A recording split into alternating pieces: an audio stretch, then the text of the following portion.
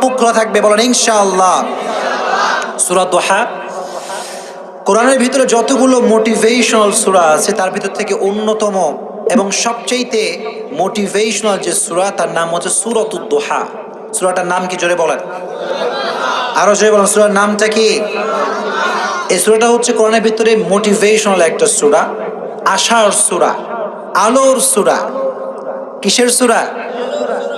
আলো নাম শুনলে ভালো লাগে না খারাপ লাগে? আলো মানেই ভালো, ঠিক কিনা? অন্ধকার যখন হয় মানুষ হতাশ হয়ে যায়, আর অন্ধকার আমরা কখনো পছন্দ করতে পারি?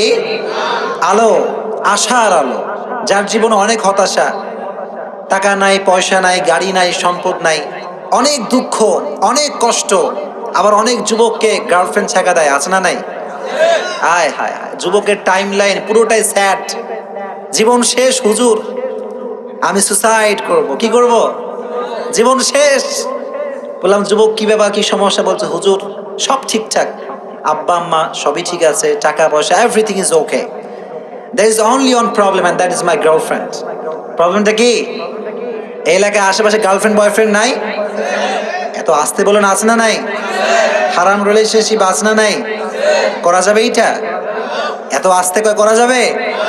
যুবকরা অনেকে মুখ খুলে না, ওই যে কয়েকটা মুখ খুলছে না, দেখ হুজুর আমি তো অপরাধী, হুজুর আমি কিচ্ছু কমু না আজকে। করা যাবে এইটা? যদি তোমার অনেক হতাশা কাজ করে, ভালো করে একটা মেসেজ আগে অ্যাপ্লাই করে দেই। খুব বেশি যদি সমস্যা হয় যে হুজুর অমুকে প্যারা দেয়, তমুকে কষ্ট দেয়, অনেক দুঃখ কষ্ট হুজুর আমার লাইফে, রিড দ্য সূরাতুদ দুহা। কোন সূরা পড়বেন? জয়গণ না, কোন সূরা পড়বেন? You will get huge motivation in this surah, inshallah. জয়গণ ইনশাআল্লাহ।